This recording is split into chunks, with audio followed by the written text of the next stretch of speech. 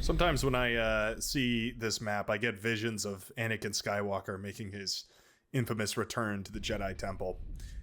Welcome back to the Brightworks, everybody. Today we're going to be taking a look at all that glitters, and we've got an interesting match here for you. You can see that this was a little bit of a learning match, a little bit of a all-welcome type of lobby, and these always end up being some really fun matches because there's always some really good stuff to learn. Now, I'm excited today because we're going to be taking a look at a little bit of a critique here. We're going to be walking through some of the build orders, some of what I like, some of what I don't like, and we're going to be commenting, trying to give everybody a little bit of time in the spotlight here, looking across at maybe how to improve their game. So why don't we stop at the very top. It didn't mean to make that rhyme, but I guess it's just my natural commentator's curse. It's 19 Chiodawi. 19 Chiodawi going for that 6 windmill start here. Wind is risky on this map. I don't know if it's just me, but I always seem to have a really bad time with wind on this map. It's one of those maps that looks like it has really good wind production, 0 to 16 with an average of 11.9, but I don't know why. I just always seem to have really bad luck with wind on this map, so you won't catch me going for 6 windmills, even though it's still fairly effective here. Now 6 is also a little bit too many. You usually want to go for 3. That's generally going to get you enough power to get you that first lab, and then go for 3 more while you're building your next constructor. It's going to be a slightly easier way to not leak energy, but continue improving your production here. Anyways, first constructor comes out. What's our queue here? Constructor, resbot, constructor. I think that's just fine. Going to be sending these around, no doubt, using the constructor to eat up all this juicy golden metal all around here on the map. Hard Nipples has gone for a classic mixed solar wind start here, going for the 1 wind, 2 solar panels. Straight into a bunch of energy converters back here. Should be interesting to see. I think this build looks pretty good. The curious part of this map always tends to be what happens in these lanes right here, right? Whoever can break these lanes will usually determine the winner of the match. So it's always very important that both of the players in the lanes are playing their A game. They're bringing their very best, and they're showing us what they've got. Nice little run by here by Susol, who has gotten a rover into the backline here, manages to put it onto this resbot here, and is going to manage to snipe it down. Very nicely done. Yeah, all right. Grafonka, the backline lane player here for the blue team, has gotten a couple of wind turbines and 2 solar panels, so I think that's going to be more than enough energy. Currently working on some build power. I think that commander probably should have stuck around and helped pump out a few more constructors, or at the very least help with this build turret. Oh, a little bit of a pause there. We got some new artwork on the map. Very nicely done. We got a little wizard up here. All right, good to see. Representing the blue team, our blue team leader, spawning in the greediest position of them all. There's no... this place is essentially always going to be some sort of AFK eco build. Potentially we see a air player here or something. But for the most usual circumstance, usually this is the place that goes for mostly just economy here. Going for wind turbines, and oh, we're already off to a bad start. These wind turbines are way too close. You can see when they're 3 wide like this, if they start to detonate, they will chain react off each other, and all of these windmills will be wiped out here. So typically best to build them in rows like this. You can see with 2 wide rows, and then you put a little gap in between, and you're going to be in a way better position here. Entropy, of course, the death of everything in the universe here, and I'm sure that's what he's looking to be in this matchup. What are these construction bots working on? Yeah, construction bots are working on wind turbines. Looks like we have the commander working on a whole bunch of energy converters. And this construction bot will start working on build power. All things are as they should. The Fallen 555 has done a great job of pushing up to this front line here. Wouldn't even mind if he extended a little bit further out. Put down 1 light laser turret, maybe 2, that's fine. But try and posture out here, because actually, if you start posturing right around here, it does actually become quite difficult. Pardon my pings. That happens every time I hold Q while moving the mouse around. If you posture out here, you have a much wider angle to engage on than if you're in this choke point here, right? And so that is the reason why concaves are better. By the way, you're giving yourself more surface area to attack upon. So that's a little bit of strategy for you, is whenever you can break through this choke point early on, it's definitely well worth it to do so. And Blitz is trying to kind of shut down Son of Sonny Lopez's push here. Not bad. Looking a little bit weary from the battle, but they can be patched up by that commander. Commander going a little bit AFK here, wouldn't mind it doing something. Claim that metal extractor, there we go. No, okay, never mind. We were thinking about it at the very least. That's all that counts, all that matters. Zenith holding a very wide front line here. He's kind of got like this front line locked down, but really there's not a lot of defenses here for the Fallen. So yeah, this actually could be a really, really dangerous opening. If this, if Zenith manages to hold a line like this, it's a dangerous opening to expose the Fallen for a run by like this. Luckily, he's going to put some light laser turrets down. Hopefully you can't hear that chainsaw revving in the background there, by the way. Somebody decided it's time to prune their trees, I suppose. But yeah, that would be a dangerous front line for Zenith to hold, and indeed he's going to go for it. A little bit further forward than I expected, but yeah, that could work, and it could work really well. He's accompanied by his teammates who are actually pushing up just as far. You can see Sir William 4629. That's a 69 ruined by 2. We can see Sir William pushing forward here, and he's going to be claiming some of these high-value metal extractors as well. These 3.2s, very, very rich metal in the middle of the map, conveniently. That was a very loud chainsaw. Well, let me check my sound profile real quick just to make sure. Doesn't look like it's true, thank goodness. Yeah, you know, one of the beauties of living around this area is that there's a lot of people up and building buildings a lot of the time. There's been some sort of home restoration project going on for the last 2 months that I've been hearing, and I try to filter it out of the videos as much as I can, but I guess today is the official chainsawing day.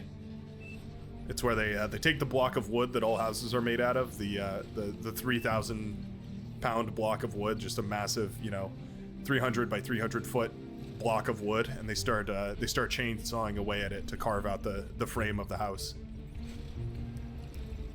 as all American houses are made. In case you didn't know. What an interesting front line here. Sir William and Zenith have made this beautiful extra large concave with units on top. This is a really dangerous position here. John Doe needs to take advantage of the fact that he has this massive open lane right here. He could just push right through this with a couple of tanks. I mean, even a couple incisors or something would be able to run right past this and shut down Sir William's front line here. Commander's in the right spot to D-gun these. Yep. Yeah, come on. D-gun, D-gun, D-gun, D-gun. Oh, no. Are we going to lose the commander here? Oh, there's no way, right? All right. Well, there's our first lesson of the day. If you select your commander and you hit the D key, D is in Delta, you can activate the disintegrator gun, which is the most powerful weapon in the game. It instantly kills anything in a line of effect that you can see here highlighted with Zenith's commander. And it's how you kill medium tanks like that. Let's just pray William is timid. Oh, he just died. Yeah, William's not going to be able to hold his front line without his commander now, so there's not a lot for him to do. Now Visborn has moved his units in to try and do a little bit of a push. Yeah, gonna take a decent engagement here, recognizing his teammate, going in on the aggression here, and gonna move the pawns in as well. I think that's the right move. Although again, massive opportunity path rather. I'm recording a couple videos today, and I guess I'm already starting to feel that fatigue from speaking into the can for so many hours on end. Are we gonna find it? We're thinking about it at the very least. Rocketbot should stay. Rocketbot should continue applying pressure to John Doe, so he doesn't feel like he can reallocate units anywhere. And then the pawns rather should move around up this line and do quite a lot of damage. The Debad is that? Yeah, Debad. I almost want to say DeBaby. Debad here, prominent North Carolinian Debad, has decided to go for a T2 lab extremely early, and that's the reason why aggression could be devastating on his front. So my coaching note to everyone currently is be more aggressive.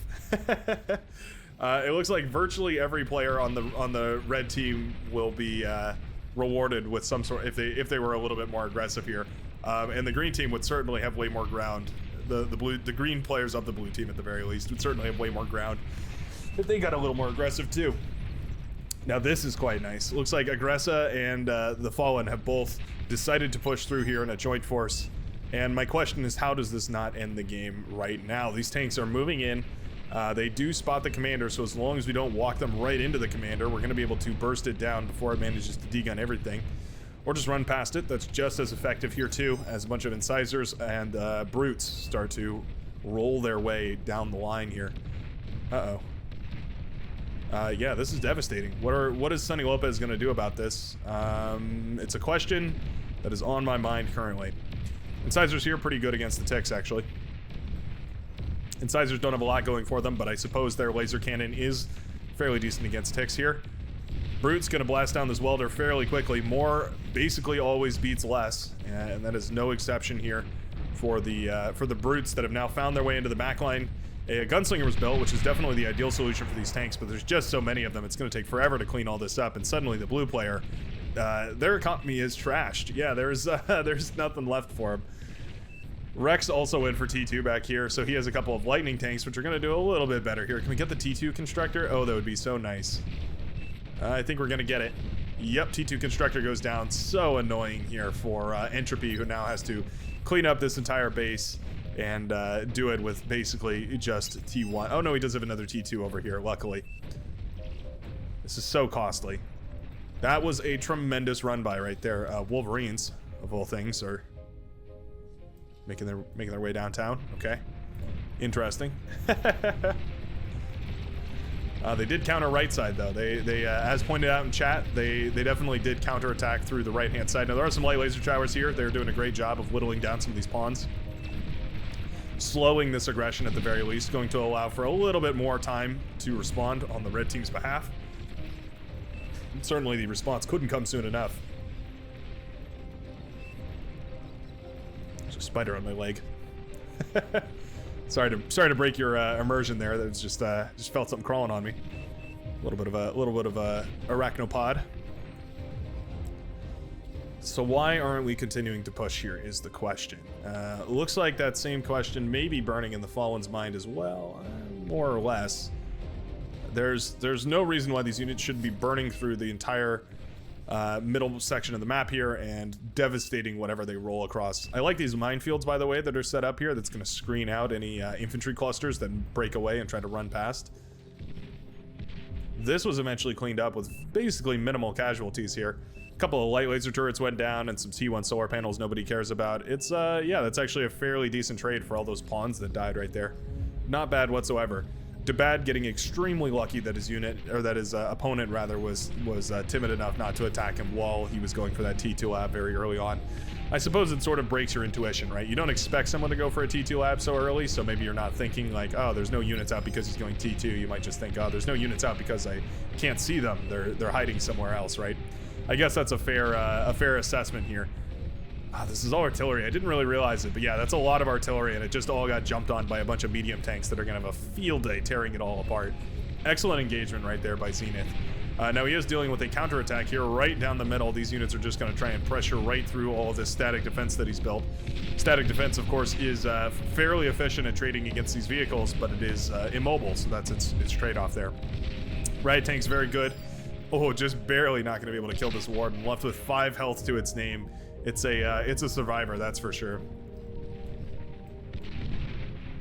And some agitators were thrown up as well in order to rain down, well, an agitator was thrown up as well to rain down some artillery fire on all of these units. The front line is broken. It's time that we go. That was all of Soul's entire force here. These units can counterattack with devastating ease. Pull the trigger. I think it's time we pull the trigger. What's the holdup here? Going into T2 here because I guess there's just so much time. Nobody's aggressing, so you might as well go into T2. That's why we see a T2 on the right hand side here. We see a bunch of Sheldon holding off a whole bunch of hounds. Everybody just kind of decided they want to fight at the T2 level. Nobody really wants to get aggressive with that T1 armies. Despite, wow, okay, well, that was very sloppy. Commander went down right there. Zenith's commander falls to a beamer turret. Maybe the commander was weakened from that engagement earlier or something like that, so he wasn't expecting it. But yeah, that commander just took a step too far forward and went down fairly quickly. And now he's just going to be scrap metal that the Fallen is going to be more than happy to eat up and turn into units, it looks like, for the time being. This is a stout heavy composition we're going for. 2 stouts and a missile truck. Not bad though for as far as anti-air capabilities go, but certainly not the best as far as tech goes. Could use all that metal to go for a T2 lab. Let me highlight something. For instance, if I highlight all the stouts here and I just deselect all the stouts for everyone else, you can see that we've got 3,600 metal and T1 tanks. I guess what I can do is select the missile trucks as well, just to you know, cover all our bases as far as units here. There's a couple artillery as well, but anyways, it gives you a close enough number. About 5,000 metal is tied up in this T1 army right here that could be tied up in a T2 lab and producing way more efficient units. You can imagine, you know, every one of these stouts is like roughly equivalent to half of a Tiger tank, or in other words, 1 Tiger tank is essentially as good as 2 stouts.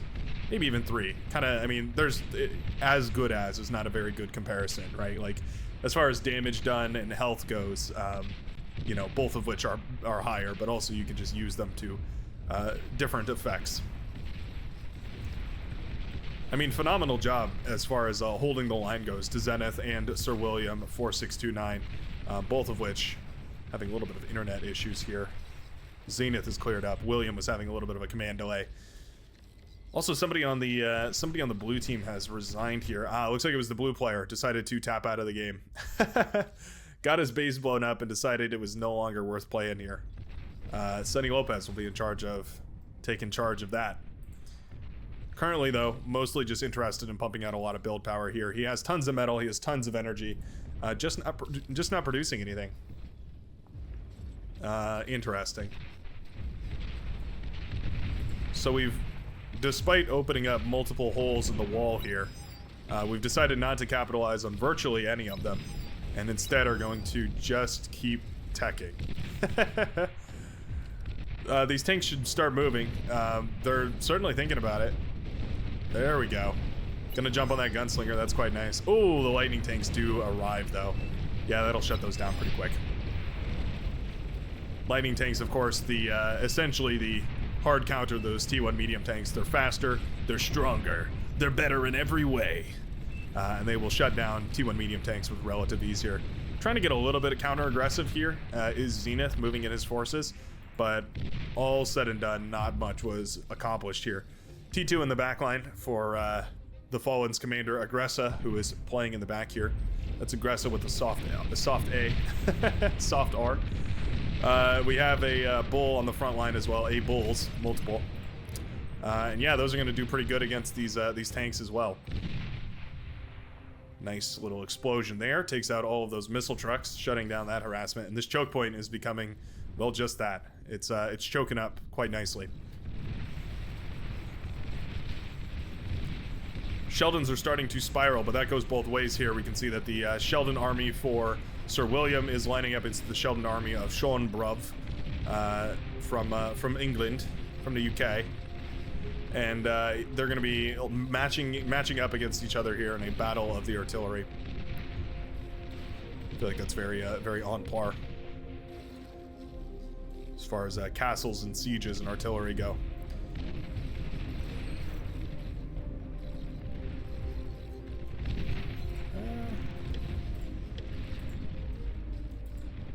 I like that we're building tigers here. This is nice. We've got a tiger army building on the left-hand side. We've got the air forces, by the way, moving about on the front here. It's time we go into T2, though. Have we? Oh, no, we've just gone into 2 T1 labs. Interesting.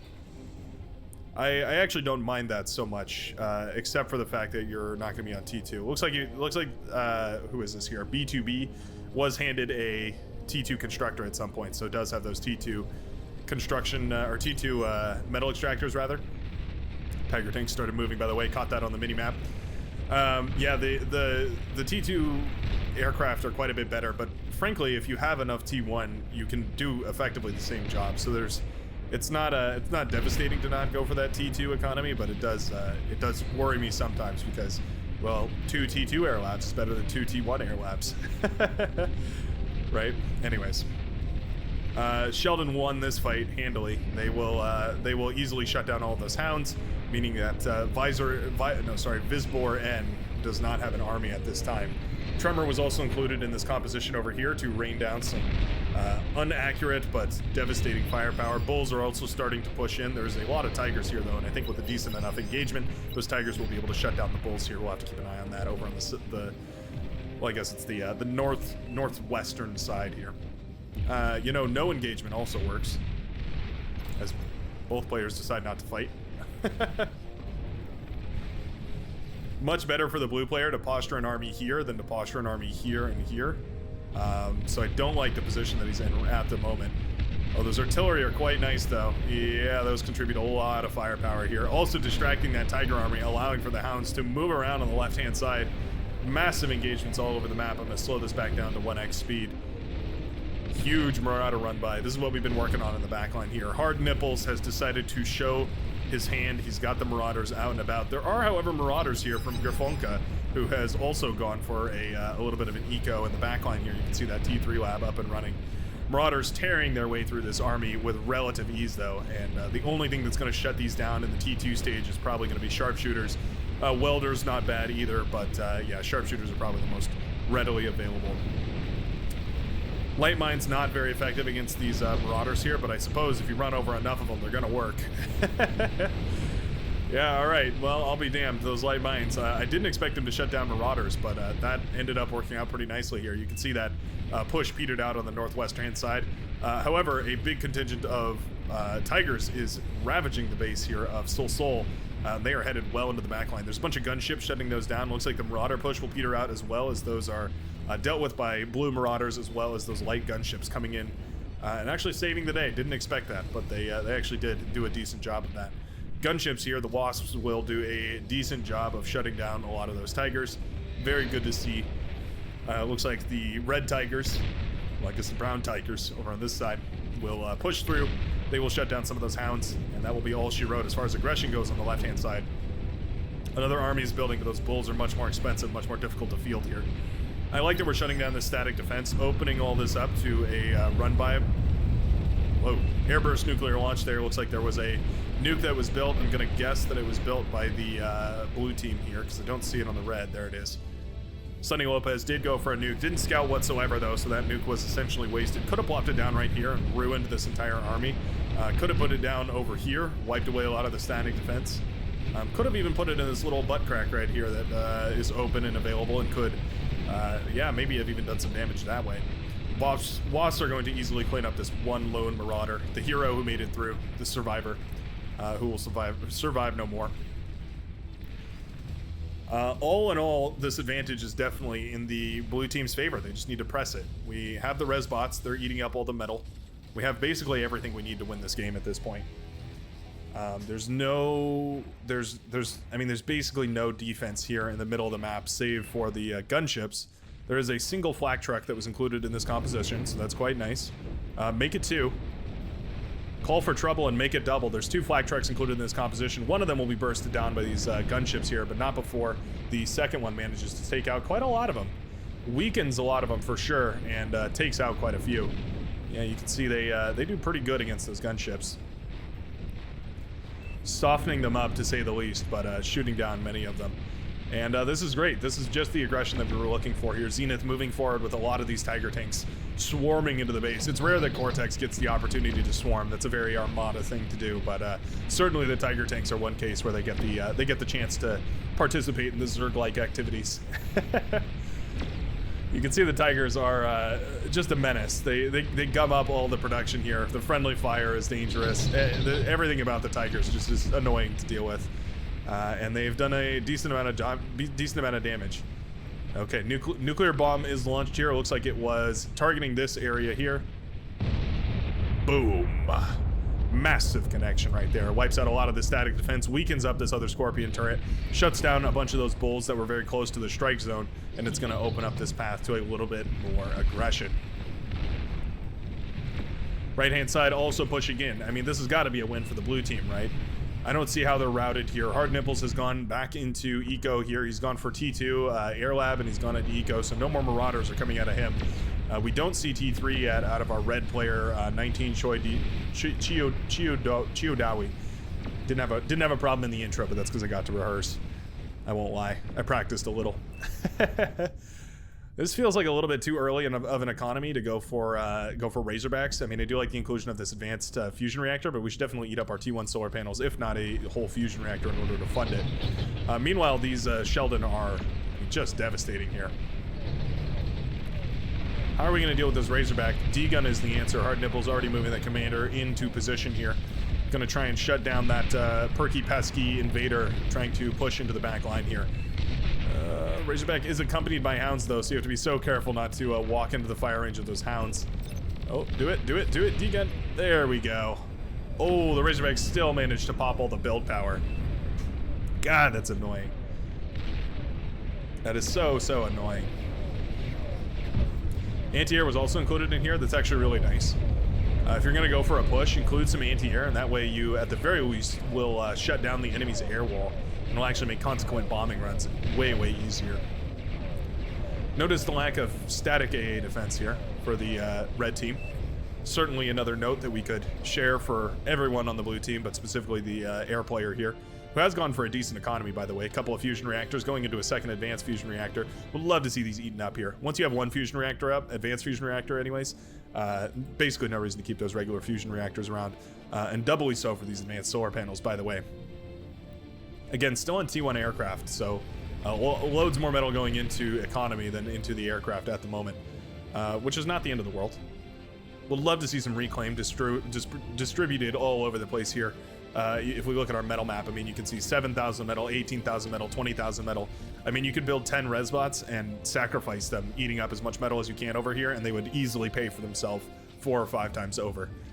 You can easily justify that cost if you think about it for just a second. So always get to work on that. A couple of resbots over here that are actually resurrecting, as their name might imply. And I don't mind that either. Rebuilding this force is always nice. However, sending that metal back and using it to build economy at this stage in the game might be the right move here. Snipers are hitting the front line. That's always dangerous. Those snipers can tear apart armies relatively effectively here. You can see the Sheldon are in such mass that it's difficult for snipers to deal with them. But certainly if you manage to EMP them or you know, find some way to shut down those Sheldon, or stop them from moving anyways, you're going to be in a really good position. T3 is finally starting to come out here for Hard Nipples. He does have a Razorback, but it encounters 4 more on the side of the blue team from Grafonka, who has gotten those Razorbacks out and is ready to play with them.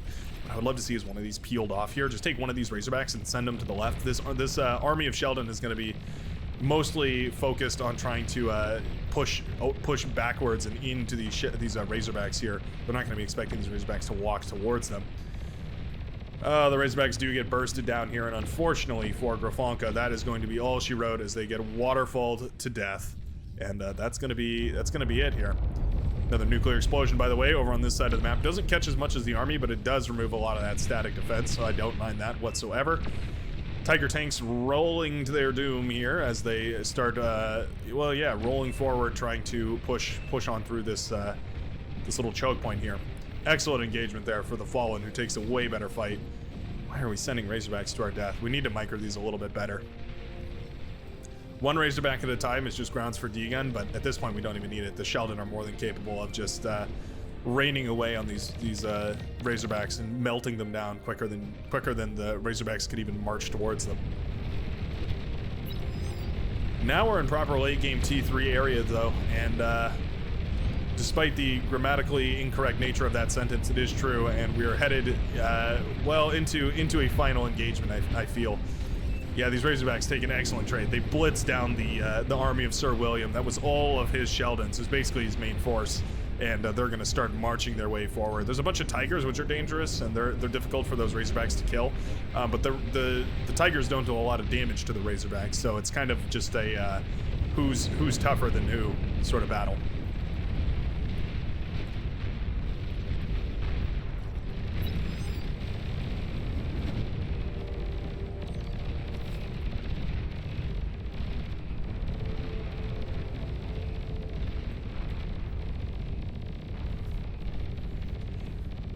I mean, what else is there to say about these Razorbacks?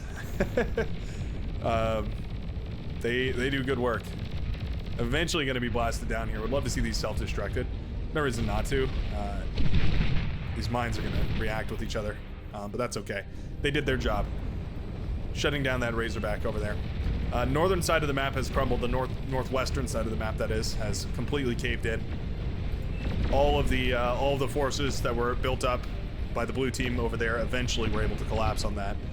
Snipers here are going to be very effective against Razorbacks, against Starlights. I mean, basically against everything. They take a fairly decent trade if you can get them to fire and forget. Are these Starlights within range? Not quite. I believe Starlights outranged the Snipers by a bit. Range of 950 versus the Sniper's range of just 900. So yeah, the Sniper is just barely outclassed by the Starlight. However, of course, it can cloak, which the Starlight isn't capable of. Anti-aircraft was included in this composition. I know it. I know I saw it earlier. There it is. The flak trucks.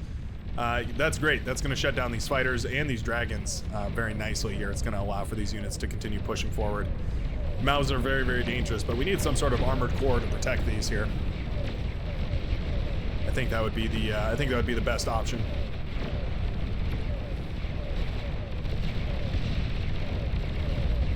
Razorbacks eventually falling, but it's a very, very costly sacrifice here, as most of the Tigers had to be thrown away in order to accomplish it.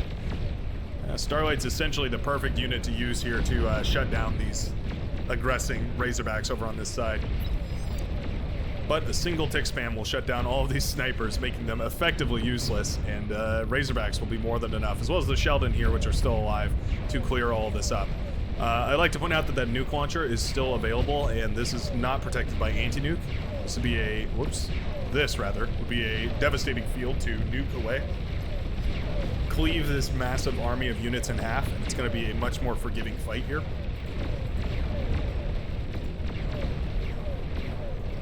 We also can include Vanguard. Vanguard are very, very powerful. They can shell away from long range. They can fire while moving. They can climb all terrain. They're truly the pinnacle of siege weaponry. I think that would be a worthwhile contribution here. Where's this nuke headed? Man, these nukes are just in the worst possible places. This is why it's so important to get some scouting happening. A single swift push through the left-hand side here could pop one of these advanced fusion reactors and send this entire base crumbling. There is a Thor here to shut that down. However, the Thor can only do so much, and it can only be in one place at a time. There's multiple openings that units can leak through here, so we need to push through all of them. Now this Thor is going to get a great trade here as these units are in this choke point, and they're going to have to walk right on by it. EMP missile is used as well. Excellently done. Shuts down tons of those welders right there. Very, very nicely done. And the Thor will be able to shut down a lot of those welders, and if not all of them. The Dragons also being a huge pest. You need some gargantuan airplay to shut down Dragons effectively. Green asking Green to stop feeding. Bit of MOBA slang coming out there. What he means is stop sending metal towards the enemy that doesn't need to be wasted. And frankly, I couldn't agree more. Yeah, he's absolutely right about that. There's no reason at all why these units should be just running to their demise over here, especially against these mammoths. They're never going to get an effective trade against them, and you're effectively just dumping hundreds of metal into the enemy and not actually gaining anything for it. These bot labs need to be spread out. Yeah, they're all just focused. I had a feeling that was the case. They need to be spread out like this, and then you spread them out again. And the reason for that is you want T1 bots to cover a wide area. You don't want them to just be, in one spot. They're never going to break through a well-fortified line, but what you want to do is apply even pressure everywhere. So another nuke right here would be just fantastic. Let's see, where's that nuclear launcher? It is an Armada nuke launcher, so it's not tremendous, but you can still see. I mean, that's a solid half of the army completely obliterated if a nuke just lands right there. I don't think this player has any vision of any of the anti-nuke fields. He just kind of knows vaguely that they're out there, and is probably just assuming that they would be covering that, but certainly worth probing, right? Get a couple of air scouts in. Ask your air player to go for some sort of air scouting planes, some of those T2 or even just a whole bunch of T1 planes. Danger Will Robinson, Chad Deegan. Must have been over here. Commander holding the line against Razorbacks here. Starlight's not bad either, though. Starlights are exactly what you use to counter Razorbacks. It was a funny discussion we were having in the comments under one of the videos about how Cortex deals with T3. Armada builds these. Well, they build these. They build Starlights, they build sharpshooters, they build very high damage, high impact weaponry that's very immobile, and it bursts down those T3 units very effectively. Another nuke is up. No anti-nuke. Okay. Looks like we're gonna worry about the T1 garbage that's hanging around over here. That's yeah. I feel like those nukes could be better used. I'm not gonna lie.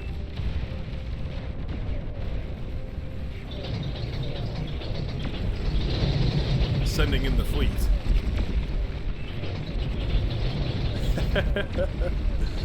There's a lot of T2 bombers, and they are, oh, they're fight commanded of all things. Well, not all of them. Oh, wait, yeah, no, all of them are fight commanded. How odd. And these fighters just sweep across the battlefield. Oh my goodness, what an effective trade right there. Holy crap. That was the most beautiful airplay I've ever seen. That entire aerial army just got completely obliterated by that airwave sweeping across the map like this. That was beautiful. Absolutely wonderful airplay there. Just showing exactly how much more powerful that T2 is than the T1 here. If that doesn't convince the air player for the blue team to go for T2, I don't know what will. He's got the T2 labs and he's starting to build more of them, but I think he just needs to go full on into production. He's still producing T1 fighters. Basically what you want to do with these T1 labs at the end of the day is just turn them into blink production and just send a constant stream of blinks towards the enemy. Very, very efficient way of getting constant intel out. Now the Thors from the yellow player are rolling across the battlefield, and sure, why not? They can take a hit, but they can also dish one out quite effectively here. Going to self-destruct micro as well. Doesn't quite have the timing on that one, but I like to see it nonetheless. Nicely done that we're even thinking about it. Those self-destructing those can deny your enemy a very, very critical resource, which is all of the reclaim that comes with their corpses. The dragons are on the move now too, emboldened by the complete and utter annihilation, the total annihilation, if you will, of the blue team's aerial forces. He decides to send in the dragons and go for a little bit of aggression here. The green team on 4 commanders, the red team on 5. So technically the red team is in the lead, but they've been pushed back so far this entire game here. Is this a comeback story? Is this what we're watching? That is damn impressive if they manage to pull it off. Dragons spot the eco center. Take out the build power, very nice. Yep. You get to work on that APHIS immediately. Oh, there's barely enough fighter power to shut down those dragons. That was danger close right there. Almost. He wanted it so badly. I think a couple of bombers included in that composition and you would have had it. Very, very close. Very, very, very, very, very close engagement right there. Looks like Zenith either lagged out of the game or just wasn't... I'm not sure what happened there, but either way, ends up losing his entire backline here. There are now 2 nuke launchers, by the way, both of which have been used to very minimal effect here. Vanguard is finally brought out, but it's way too late for that. Vanguard should have been on the front lines, whittling down the defensive compositions on the red team side, back when the blue team was holding over here 3 minutes ago. Now the Vanguard is bursted down by a whole bunch of these Shiva that just decimated immediately. And the Shiva are headed straight towards the base of our purple hero, Visbor Ed. Maybe it's Visborn? Maybe that's how I'm supposed to read it. that could very well be the case. There's a decent nuclear missile. At least it was headed in the right direction. It had the right idea here. Came down fairly close, but it wasn't quite close enough to wipe out the forces of the pink player here. Again, if these Sheldon managed to get burst down, it would solve this problem. Wow, that is a huge field of fire right there. Impressive, to say the least. The airplay is getting stronger here. Those T1 gunships en masse are so funny to see. We rarely ever see those used because they're not overall that effective of a unit. Bunch of T1 garbage thrown at a bunch of Razorbacks. They'll be happy to eat that up for breakfast and then ask for seconds. Not a problem at all. The Razorbacks here, however, might pose a bit more of a challenge as they start to march forward. However, the spread of the yellow Razorbacks is quite a bit nicer here. And those lavender ones will be bursted down relatively quickly. Now, a couple do manage to make it through, but they are scuffed up pretty badly. It's going to be hard to get those anywhere effective here. There is a little bit of static defense. We also see some Terminator tanks. There's also a commander back here. Aggressa not quite out of this game yet. Holding on for dear life, trying to be the last bastion.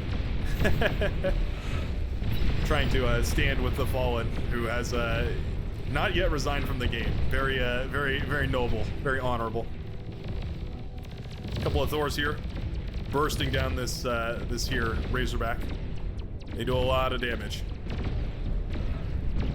EMP missiles, EMP missiles. Oh, this is gonna be beautiful. A perfect line. My God, that is tragic. Oh, it's so tragic. All that T3 for a drop of D-gun. I'd like to remind everyone at this time that the D-gun costs 500 energy versus those Thors, which cost like 2,900 or something. 240,000 energy. So not even to mention all the metal that goes into them. Yeah, I mean we're talking about like we're talking about the efficiency levels hitherto unheard of. This Thor's looking pretty healthy. It's actually getting real close. Uh-oh. Starlights are gonna start firing here. Yep, take those out. Ooh, they do get it just barely in time before it got close enough to start firing here. Got one shot off, but it wasn't enough. My one question is why we're not using the EMP missiles. Maybe it's possible Graffonka does not know about the EMP missiles. When the Thor's ear turns upwards like that, you can see one of them is turned down and the other is turned up. It means one of its two EMP missiles is charged. You just hit the D, the D is in Delta key, and you pulls up this little targeting reticle, and you can fire a little EMP missile, and it will effectively, paralyze virtually anything in the game. I mean, it's a starburst EMP missile, so it's very, very strong. Oh, nuke comes in, another one. Oh, there we go. That's the nuke that we were looking for. Finally gets the connection that I think the blue team has needed for a long, long time. Those Sheldon have long outlived their usefulness. Oh, a little bit of friendly fire there. Those Sheldon have long outlived their usefulness, or rather, I should say that they've long outlived what they would, wherein they would normally be useful, and that's because of their vast numbers, right? The fact that we were able to, we being Sean Bruv, was able to keep those units alive and in formation for so long is really just a miracle unto itself. But they did their job, and now the Shiva are going to take over here as the main force. The left-hand side has been stabilized thoroughly here. We've got Thors, we've got Razorbacks, we've got all sorts of forces, making sure the left-hand side is not pushed in here. No idea, oh, I guess I have some idea why the right-hand side isn't being pushed in. It's because of these pulsars here. Now, I'd also like to point out that if you just set up a tick spam, you're going to be in a perfect position here. Say 2 T1 bot labs with a couple of construction turrets pumping out ticks is going to be more than enough to run ticks into these pulsars, wasting a lot of their firepower, constantly draining power from Jean Doe, and that's going to be one way to use your resources a little bit more efficiently here. Oh, that works too. Excellent nuke right there. That's going to open up this entire field. Go, go, go, go. Everybody needs to march. Every army on the blue team needs to march right now. Otherwise, this trade, I mean, it's not going to get any better than this. Razorbacks on the left-hand side, pushing in for the blue team here. Razorbacks on the left-hand side for the red team, pushing in here. Passing each other like ships in the night. bunch of army is suddenly rushing through. Dabad is gonna go down once more here, the commander that is. He died over here originally, and then he died over here. Wow, that's interesting. Leaves behind another tombstone. I had no idea about that. That's kind of funny. Hard Nipples is going to be in charge of holding the line here. We do have the alligators, those medium amphibious tanks. They're actually very powerful. They're a really, really strangely powerful unit. Did we just nuke our own army? Are you kidding me? Alright, well. You know, I mean, balance, right? It's all about balance. And I guess we're interested more in maintaining the balance than winning the games here. Oh, this is going to be beautiful as well. Oh, maybe not. I was ready to clip it. It's going to be the thumbnail and everything. Oh, I know it's going to be juicy.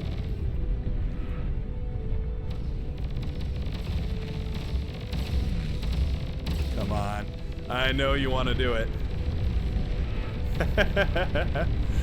The Razorbacks must smell that there's a commander lurking in the shadows over there, because they're doing an excellent job of avoiding him. They run around the back line here. Are they going to be able to do it? Oh, maybe. They tear through those heavy laser towers. They're going to start firing on whatever they can back here. Uh-oh. This is huge. They're firing on the Aphis. Build power goes down. The Aphis is popped, chain reacting everything that is the red player's base, and that commander does fall here. Frontline Assault also tears apart major parts of the orange base. His base will pop as well. That's the left-hand side of the entire red team, completely devastated. The commander couldn't get the D-gun after all. He had one opportunity, one chance. Will he take it, or will he let it pass? Fortunately, he tried. He really did. But it was not meant to be. This is a large army of Thors accompanied by a Razorback for fire support. Not bad at all. Vanguard's contributing that sort of long-range siege artillery. Thors, though, very, very powerful here, and you can see them bursting down those Shiva with relative ease here. Every lightning bolt bringing, well, not bringing one down, but bringing one close to death. I think it's about a 2-shot for those Thors there. Thors have special chain lightning. Theirs is extra powerful, and it can arc between more people and also between more radius, more range. Wow, blue team managing to recover from a near reverse sweep here. Thors are looking pretty healthy into the back lane here. Love to see these self-destructed again. Always worthwhile. Gonna be D-gunned instead here. Not sure why these aren't targeting the economy. You can use the helpful little Y key. Y is in Yankee in order to target units, and you'll fire on whatever you actually intend to there. I think that might have been a better move. Oh, not Razorbacks. Marauders moving around on the left-hand side. I do like to see that. Marauders, of course, very, very powerful, very fast, which is really their claim to fame. Thor here just absorbing firepower of all shapes and sorts like it's nothing. These Razorback having a hard time firing over the corpses of their brethren to kill this Thor. Juggernaut will have a slightly easier time, but these Juggernaut are completely out of power, so they will not have the necessary energy to fire their pew-pew beams of death. There goes a big metal storage bin for Sol. I'm always curious what happens when a metal storage is killed and it causes you to overflow. Do you lose all that metal, or does it get handed over to your team? I have no idea, but I am curious. Looks like a Ragnarok was even started up here. Red player begging for a fusion reactor. Hoping to get a fusion reactor so that he can fire the lasers on this Juggernaut. Finally, some power will be handed over here, it looks like, and the Juggernauts will be able to start firing away their long-range laser beams.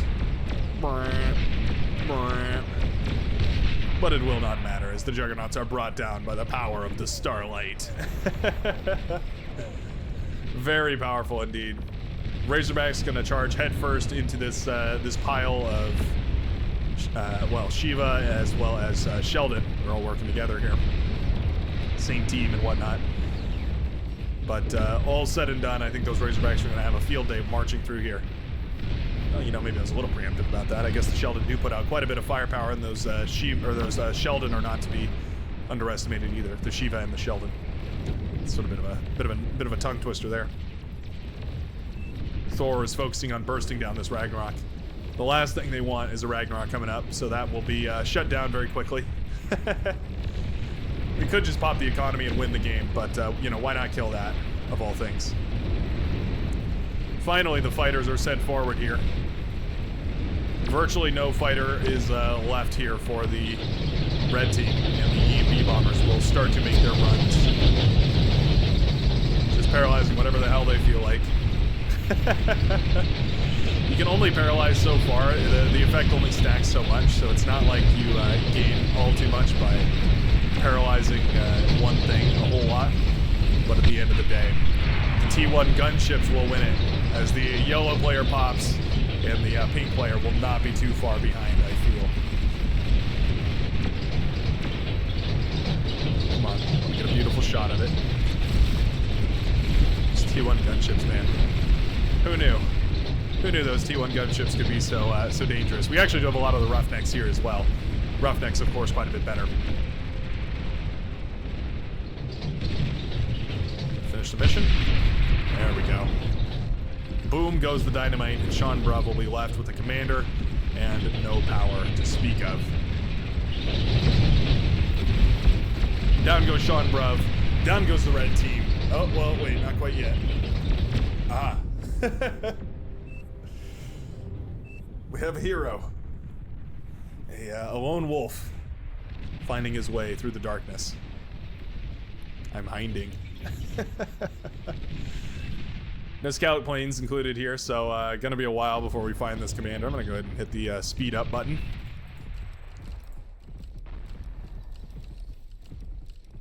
Go ahead and hit the 4X button. Thanks a ton for watching, by the way. This is definitely game over. This is just hide and seek, so you know, if you stuck around this far, I do appreciate it. Love if you drop a like on the video. Consider subscribing. Join our Discord. The link is down below. Feel free to send me replays when you join that Discord. We have a whole replays channel in case you'd like to see yours featured, and I appreciate it a whole bunch. Anyway, self-destruct command is initiated here for Aggressa, and that will be GG for our red team. Nicely done. Lost it there, I gotta say. They almost lost it with a tremendous comeback from the red team, but luckily they were able to reclaim what rightfully should have been theirs. Hope you enjoyed watching today. I've already given you my spiel, so I will just let you watch the graphs, and I will see you in the next video. Hope you have a fantastic rest of your day.